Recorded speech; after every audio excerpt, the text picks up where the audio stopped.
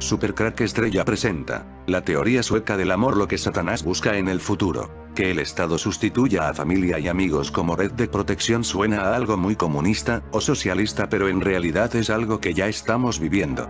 Se llama la teoría sueca del amor porque en Suecia llevan años con un experimento que ha tenido un efecto inesperado. Una plaga de soledad, algo que la élite satánica quiere implantar en toda Europa, con un golpe final: la inteligencia artificial. La utopía satánica de la robótica. Sustituir al hombre, la misma idea que la teoría sueca del amor. Liberar a la mujer del hombre, a la gente mayor de sus hijos, a los adolescentes de sus padres, etc., para que los adultos pudieran sentirse autónomos y no dependientes.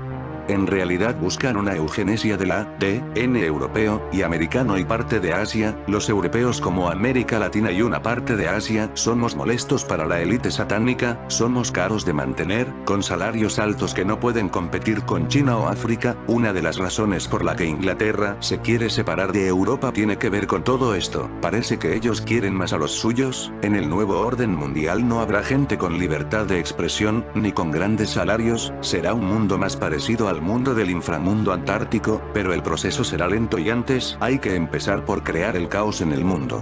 Sobre todo en estos países ya mencionados. En el documental titulado La teoría sueca del amor, el cineasta Erik Gandini nos lleva a recorrer el camino que el país escandinavo siguió para conseguir su ideal de independencia. Despegarse de la antigua estructura familiar y buscar la independencia de uno mismo. Para que los adultos pudieran sentirse autónomos y no dependientes. Ellos mismos se preguntaban cómo iban a saber que dos personas estaban juntas voluntariamente si la mujer dependía del hombre, y así fue como empezaron a ver cada vez más lógico el hecho de perseguir esa independencia. Aún así, no se supo frenar a tiempo cuando se consiguió llegar hasta ella, pues aumentó considerablemente el número de mujeres que acudían a un banco de esperma para quedarse embarazadas sin necesidad de tener relaciones. Actualmente, uno de los mayores bancos de esperma del mundo afirma que son las danesas sus mejores clientas, y se preguntan dónde quedará el papel del hombre en un futuro. Para la élite esto es algo positivo, pues así creen que mejorarán a la especie humana. El criminal plan del magnate Jeffrey Epstein: sembrar su ADN en la humanidad. Erik Gandini también se centra en todas aquellas personas que, debido a esta situación, mueren solas, para hablar de las agencias que se ocupan de buscar a los familiares de los fallecidos que nadie reclama. Si eres independiente, si no tienes a nadie que te abrace cuando lloras o cuando tienes un problema, tampoco nadie te echará de menos después. Una de las trabajadoras de estas agencias afirma que la soledad está en alza, el ansia de independencia nos ha deslumbrado. También existe una perspectiva opuesta, que es la de los refugiados que son acogidos en Suecia. Estos se preguntan dónde están los suecos, que no dejan conocerse en ninguno de los sentidos, a lo que una mujer sueca les explica varios puntos a tener en cuenta, como que les gustan las respuestas cortas, son muy puntuales, tienen distintas formas de afrontar una relación. Pueden estar casados, ser pareja sin estarlo o estar juntos, pero viviendo separados, y tardan unos 7 años aproximadamente en encontrar trabajo e integrarse a la sociedad. Por último, esta peculiar teoría nos habla de aquellos grupos que se han ido a vivir al bosque para encontrar la felicidad que en la civilización no tenían, pero también nos muestra la multitud de voluntarios que buscan a personas desaparecidas y los elevados índices de suicidios que se registran. La teoría sueca del amor ya está aquí, aunque nos no dimos cuenta, llegó para quedarse, no la metieron poco a poco, y creerme, esto no traerá la felicidad. En España hay más de 46 millones de personas, de las cuales, 8,6 millones son mayores de 65 años, el incremento de la esperanza de vida y la baja natalidad son las causas que convierten a España en uno de los países con más ancianos del mundo. Se estima que para el año 2050, más del 30% de la población estará por encima de los 65 años, de los cuales más de 4 millones estarán por encima de los 80 años, según confirma el Instituto Nacional de Estadística, INE. La soledad se define como carencia voluntaria o involuntaria de compañía, pero el concepto va mucho más allá, es el sentimiento de pesar o melancolía que se padece por la ausencia, muerte o pérdida de alguien o algo querido. En muchas ocasiones, este sentimiento de tristeza suele desarrollarse en las personas mayores que dan por finalizados sus objetivos vitales. Es aquí donde la inteligencia artificial juega un papel fundamental. El uso de robots y otros aparatos electrónicos son cada vez más utilizados para ayudar a las personas a lidiar con la soledad. En realidad es una manera de crear un parentesco robot-humano y quitar el humano y humana juntos. Ahora nos gustaría llegar al punto de reflexión, en el que desde Sachs nos preguntamos, ¿realmente queremos esto? ¿Estamos preparados para vivir en una sociedad en la que vivamos solos, muramos solos y por el camino nos aburramos hasta de nosotros mismos? Inconscientemente, o no, la sociedad va hacia este camino de independencia y soledad, dejando de lado las relaciones humanas, el contacto, la dependencia de personas cercanas que pueden aportarnos mucho más, de lo que nosotros nos solemos imaginar. Pensando que estamos haciendo todo lo contrario, si adoptamos esta conducta nos estamos alejando de la palabra felicidad, pero ¿por qué deshacernos de algo que nos conviene a todos? La respuesta es que la decisión fue tomada por la élite satánica, quizás ahora no nos damos cuenta de las consecuencias, pero en un futuro los humanos maldecirán a nuestros antepasados por haber permitido esto. Este mundo que estamos creando es muy parecido al inframundo que hay en muchos lugares bajo tierra, el más grande en la Antártida. Soledad sueca. Lo que presenta este documental es muy deprimente, habla de que cada vez más suecos optan por la soledad, de hecho, comienza con una mujer haciendo running por el bosque que asegura que no necesita a un hombre, ostenta una buena posición económica y no necesita una pareja, eso sí, luego busca en internet en una página de venta de semen cuál es el que más le gusta para comprarlo y fecundarse con él mediante una inyección vaginal. El fundador del banco de semen es un tipo vocacional, me temo que serán sus palabras, al margen del argumento del documental, las que se me queden grabadas para siempre.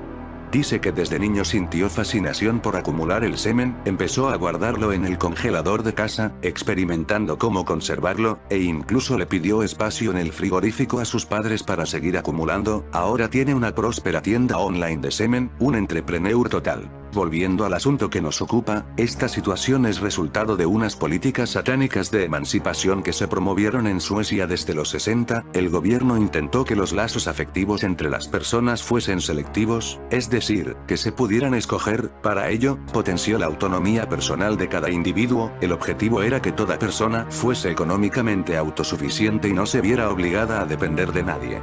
Satanás quiere destruir a la humanidad.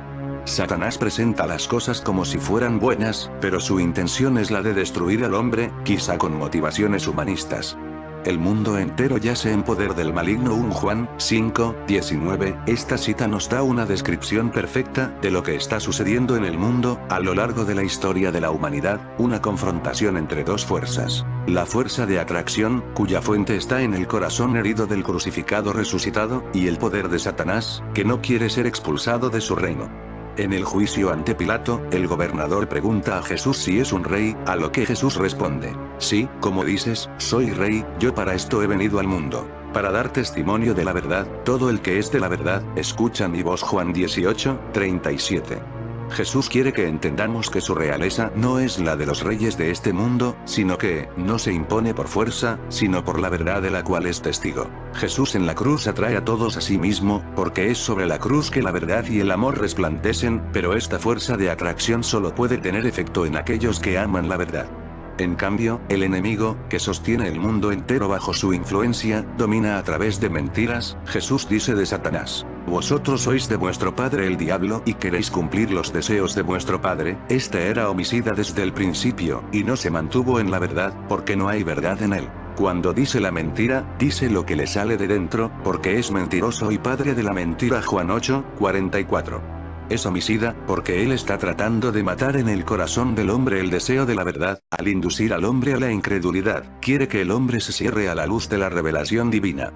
Dado que el hombre está situado entre dos fuerzas opuestas, la condición en que se encuentra debe necesariamente dar lugar a dos culturas: la cultura de la verdad y la cultura de la mentira. El Apocalipsis describe la confrontación final entre los dos reinos. En ese libro, la atracción de Cristo toma la forma de triunfo sobre los poderes enemigos.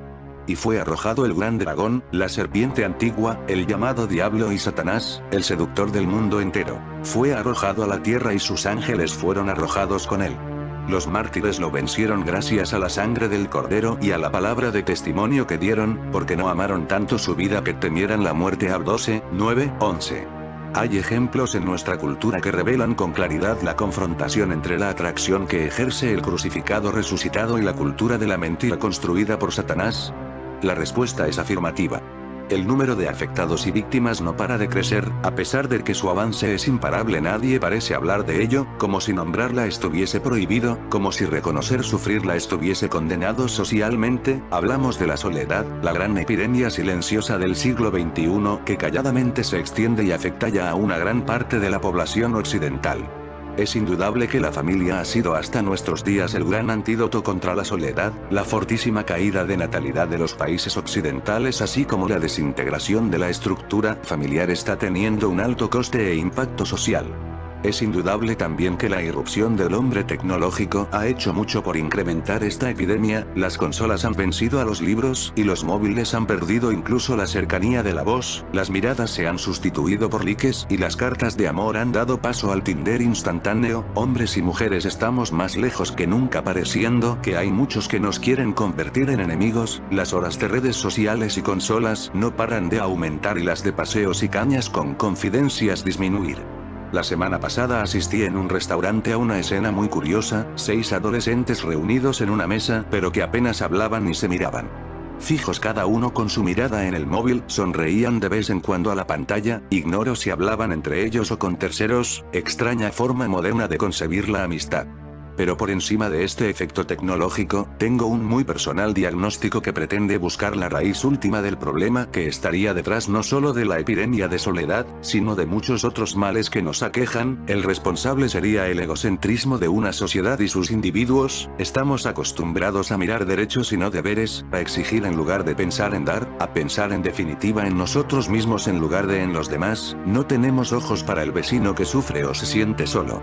Pensamos mucho más en cómo nos van a percibir los demás, que en lo que puedo hacer para que los demás se perciban mejor a sí mismos. Priman las relaciones de interés o esporádicas frente a las de compromiso y permanentes. Huimos del sacrificio, educamos a nuestros hijos, pocos y escogidos, en la máxima comodidad, en el premio fácil de lo inmediato, y la cultura del esfuerzo apenas tiene ya cabida. Se prima el sentimiento y las emociones sobre la voluntad y el deber ser. En definitiva, hemos hecho un mundo que se mira el ombligo y apenas mira más allá de él, donde la cultura del esfuerzo ha sido sustituida por la cultura de la recompensa inmediata, enseñada ya desde la más tierna infancia.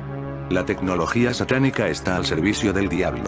No somos ajenos a los peligros de la ciencia, está en todos lados, ahí oculta a simple vista, impregnando de ondas diabólicas nuestras vidas, y violando constantemente la paz y la santidad de nuestro hogar. La ciencia, o el juego maligno como me gusta llamarlo, es una de las principales armas de Belcebú para arrastrar almas puras al universo subterfugio de lo depravado, el sufrimiento y la burifandela.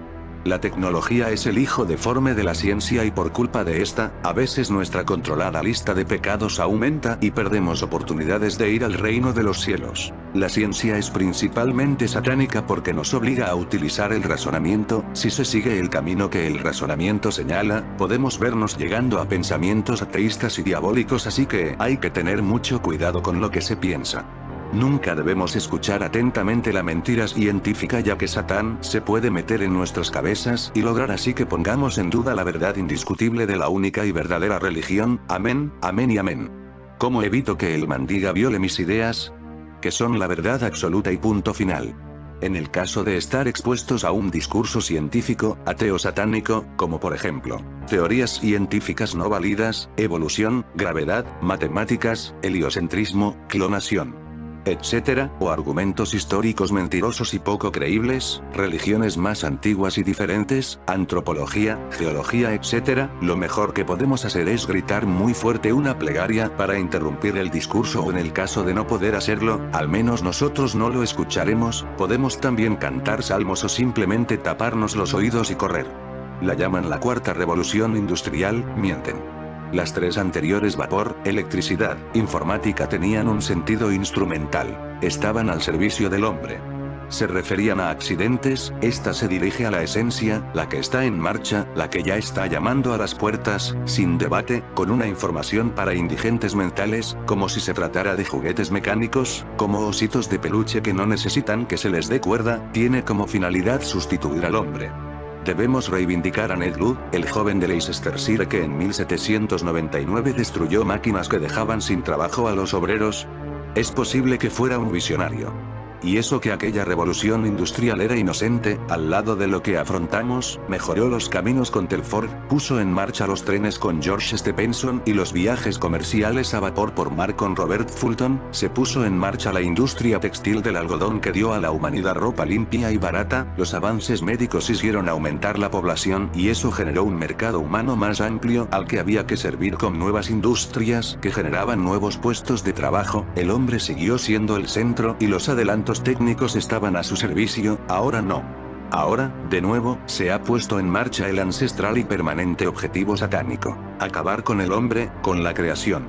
Se parte de la base de que el hombre es ineficiente y puede ser sustituido por la máquina. Híbridos y androides en esta pesadilla milenarista, no tratan de hacernos mejor la vida, sino de quitárnosla. Es hora de despertar.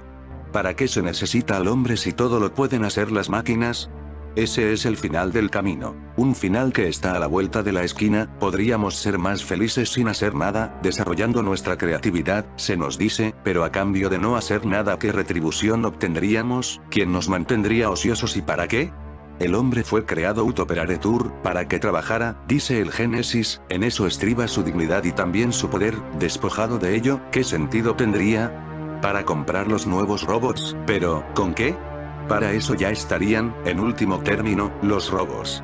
La tecnología, como dije antes, es la hija prostituta de la ciencia. Muchos ateos científicos me dicen que si yo pienso que la tecnología es maligna, no debería utilizar la PC.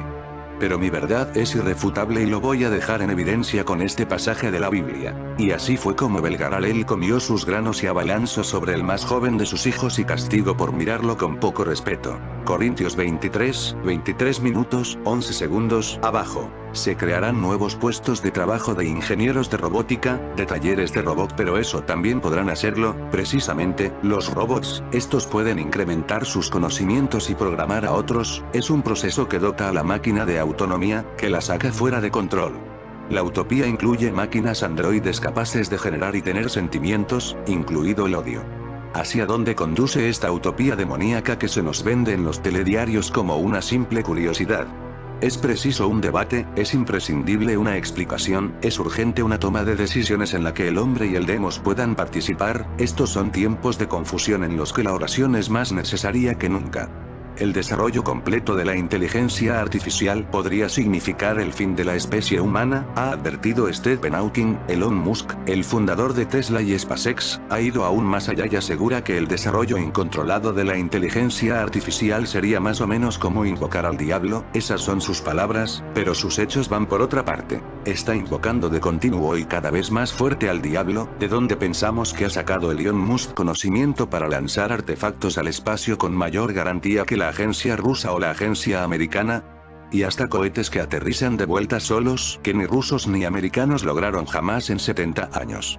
¿Es que nuestras mentes se han vuelto infantiles y ahora no percibimos la complejidad que hay detrás de esos procesos? Cuando Dios pierde su centralidad, el hombre pierde su justo lugar en las relaciones con los demás. La sabiduría clásica lo evocaba en el viejo mito griego de Prometeo, un hombre que creyó que podía llegar a ser el mismo Dios, dueño de la vida y la muerte, muy por encima del resto de los mortales. Su soberbia sería finalmente el principal motivo de su sufrimiento y soledad, su particular cárcel del alma. Hoy nos toca decirle al rey que despierte, que su lujoso ropaje es un sueño y que en realidad yace desnudo, que si evita mirarse en el espejo con humildad y verse tal y como es, terminará como Prometeo, solo y en su propia cárcel del alma. ¿Sirve la robótica para mantener los actuales niveles de población o deja fuera de lugar a los 6.000 millones de seres humanos que habitan el planeta? ¿Será preciso reducir drásticamente la población mundial? ¿No deberíamos sentir un temor reverencial ante lo que se ha puesto en marcha o recuperar, al menos, un resto de dignidad para tomar los mandos de nuestro futuro? ¿Están la robótica y la inteligencia artificial al servicio del hombre o contra el hombre? ¿Puede ser controlada por unas élites crueles y avariciosas contra los demás? ¿Vamos hacia el dominio de la máquina sobre el hombre ineficiente y, a la postre, desechable? Son preguntas que exigen respuestas antes de que sea demasiado tarde, antes de que la humanidad se hunda en un abismo irreversible y sin retorno, antes de que el paraíso robótico se manifieste como el infierno en la tierra, como la destrucción del hombre por su criatura. Ahora, siempre según el relato de Gandini, 1 de cada 4 suecos muere solo. Hay una agencia que se ocupa de estas personas, al menos para buscar a sus descendientes y comunicarles que han heredado. Llevan, así es el caso que se cita, 30 años sin hablar con sus padres, pero las herencias son millonarias. Entran en la casa de un anciano que falleció solo y encontraron que tenía en el banco 1 millón de euros. Sin embargo, no tenían quien se diera cuenta de que ya no estaba en el mundo de los vivos. Pasan semanas hasta que encuentran sus cuerpos pudriéndose porque no tienen a nadie, están solos. Aparece el caso de un suicida que tardaron 2 años en encontrarlo. Dice el forense que como seguía teniendo ingresos y todas las facturas domiciliadas, nadie se había dado cuenta de que faltaba. Satanás está triunfando. Los aterradores diálogos entre Satanás y el exorcista más famoso del Vaticano. El fallecido padre Gabriele Amor sostenía que el mayor éxito del diablo es que consigue hacer creer que no existe. Según el padre Amor, cuya sorprendente historia puede revisar en este mismo canal, el mayor éxito del diablo es que consigue hacer creer que no existe. Y casi lo ha conseguido. Incluso dentro de la iglesia, su estrategia es siempre la misma. Hace creer que el infierno no existe, que el pecado no existe, y que él es solamente una experiencia más que hay que vivir. Concupiscencia, éxito y poder, son las 3 grandes pasiones en las que Satanás se fía. El problema es que tenemos un clero y un episcopado que han dejado de creer en el demonio, en los exorcismos, en los males extraordinarios que puede causar el diablo, y ni siquiera en el poder que nos ha dado Jesús, de expulsar a los demonios. Desde hace 3 siglos, la Iglesia Latina, al contrario de la ortodoxa y de varias denominaciones protestantes, ha abandonado casi completamente el ministerio del exorcismo. Al no practicar los exorcismos, al no estudiarlos y no haberlos visto nunca, el clero ya no cree en ellos. Los exorcistas somos muy maltratados. Nuestros hermanos sacerdotes, a cargo de esta delicadísima tarea, son vistos como locos, como fanáticos. Y, por lo general, ni siquiera son tolerados por los mismos obispos que los nombraron. No era una moda pasajera. La falta de deseo sexual cala en la juventud de Japón. El Japón sin sexo se consolida. Los jóvenes, especialmente los hombres, muestran menos interés por las relaciones íntimas. Los últimos informes muestran que la población joven de otros países como Alemania, Estados Unidos y Reino Unido también pierden apetito sexual. La figura del hikikomori, personas completamente aisladas, crece como símbolo de la pérdida de importancia japonesa en el contexto internacional.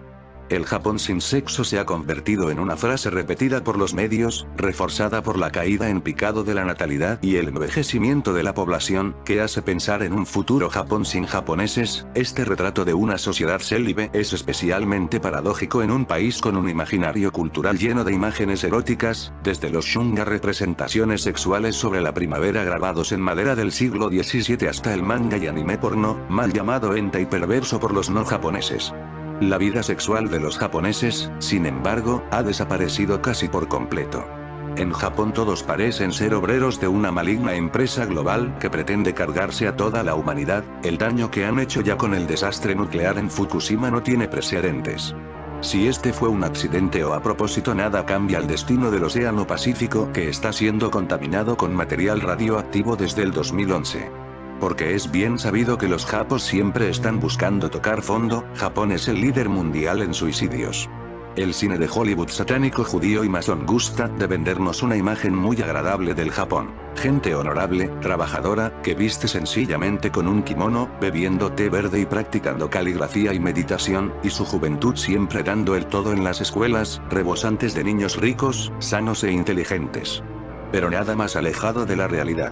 Vaya a Japón y compruebe que de esa romántica imagen nada existe, y si más bien encontrará aglomeraciones en todos lados, gente hablando por teléfono, frotando sus pantallas, probando algún invento estúpido, como la máquina para saber la cantidad de dulce en una sandía, siempre sonriendo falsamente con sus dientes chuecos y podridos, tragando mierdas con tentáculos que aún se mueven. Algo muy feo han de haber hecho los japoneses por haber nacido en esa isla infernal. Por eso hay que ser bueno en la vida, no pecar, tener fe en Dios, porque de no hacerlo es probable que al morir reencarnemos como japoneses y debamos pagar las consecuencias de existir en ese pinche país.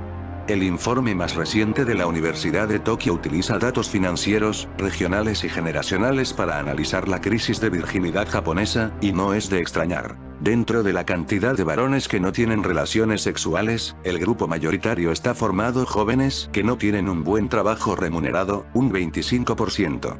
O son desempleados o trabajan media jornada en ciudades pequeñas y áreas rurales y suburbanas. El dinero y la capacidad de movilidad es relevante para las mujeres, algo de lo que carecen estos hombres. Todavía no hay datos disponibles sobre parejas homosexuales en Japón. Es llamativa la cantidad de japoneses ya entrados en los 30 que mantuvieron relaciones sexuales en algún momento pero luego las abandonaron y ahora viven sin ningún interés en encontrar pareja. Según uno de los responsables del informe, el Dr. Peter Ueda, las normas culturales pueden tener algo que ver con estas cifras. El omiya y matrimonio de conveniencia persistió en Japón durante los años de crecimiento económico de los 80, pero dejó de ser responsabilidad de los ancianos del pueblo para convertirse en una tarea de los directores de empresa. Sin embargo, la modernización, la occidentalización y el derrumbe de la burbuja económica japonesa en el siglo XXI han terminado con esta figura del casamentero. La sociedad japonesa ya no está tan pendiente de que te cases, cuenta Ueda. Cada vez más, el encontrar pareja se está volviendo responsabilidad propia y cada uno tiene que defenderse por su cuenta, aclara. La cultura japonesa es conocida por la importancia que da a la comunidad. La prioridad es el wa, la armonía del grupo, y puede resultar arriesgado tratar de destacar por uno mismo. Tampoco está bien visto publicar en Instagram o en Twitter imágenes o tener un perfil muy llamativo. Las demostraciones de afecto físico en público siempre se han desaprobado. En mi familia japonesa, nadie me ha abrazado nunca. Hay parejas que se toman de la mano, pero es poco común. El apretón de manos no ha dejado de ser una extraña forma de saludo desde que los japoneses lo conocieron por medio de los occidentales. Antihigiénico, raro y reservado para los extranjeros. Lo apropiado es inclinarse y mantener la distancia. Incluso decir te amo en japonés aishiteru está virtualmente prohibido. Solo se dice como una broma. Más seguro es decir Suki me gustas mucho. Todo esto puede hacer que Japón sea la tormenta perfecta en lo que se refiere a un futuro sin sexo, donde el contacto físico y la intimidad cara a cara se terminen separando de nuestras vidas como los pétalos del cerezo. En fin amigos de Supercrack Estrella, si el video te gustó pulgar arriba.